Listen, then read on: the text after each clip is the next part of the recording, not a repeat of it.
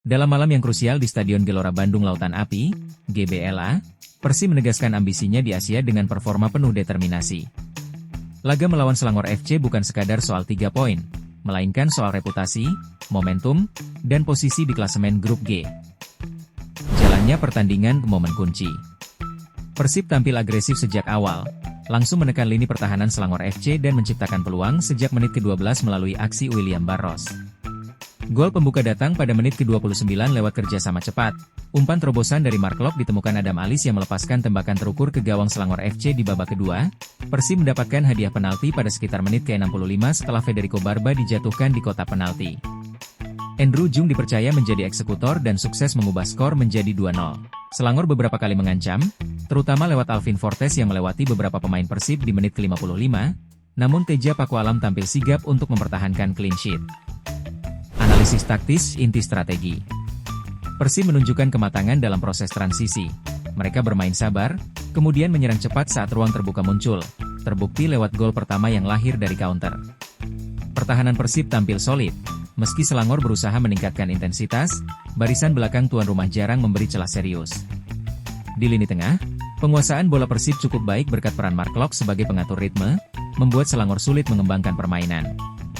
Namun, ada catatan, Persib masih kurang tajam di fase akhir serangan terbuka.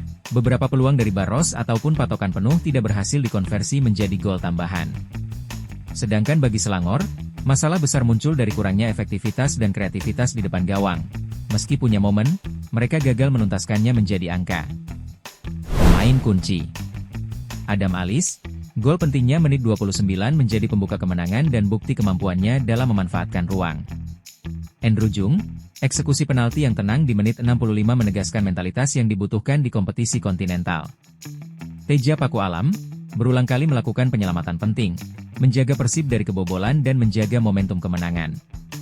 Mark Locke, sebagai kapten sekaligus pengatur permainan, perannya sangat penting dalam kontrol tempo dan menciptakan peluang. Implikasi dampak ke depan. Dengan kemenangan 2-0 ini, Persib naik ke puncak klasemen grup G dengan 7 poin dari 3 pertandingan. Selangor FC, dengan posisi dasar klasemen tanpa angka, berada dalam tekanan besar untuk bangkit jika ingin lolos ke babak berikutnya.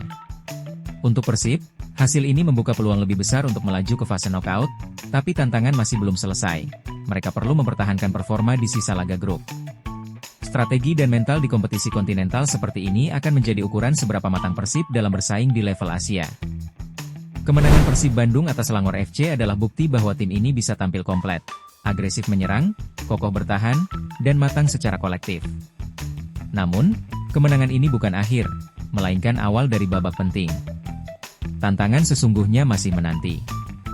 Di level Asia kontinental, bukan hanya soal menang, tapi soal bagaimana Anda bisa konsisten, beradaptasi, dan memanfaatkan momen kritis. Sobat Bola, bagaimana menurutmu penampilan Persib malam tadi? Apakah mereka layak dianggap calon kuat di ICL 2 musim ini? Tulis pendapatmu di kolom komentar.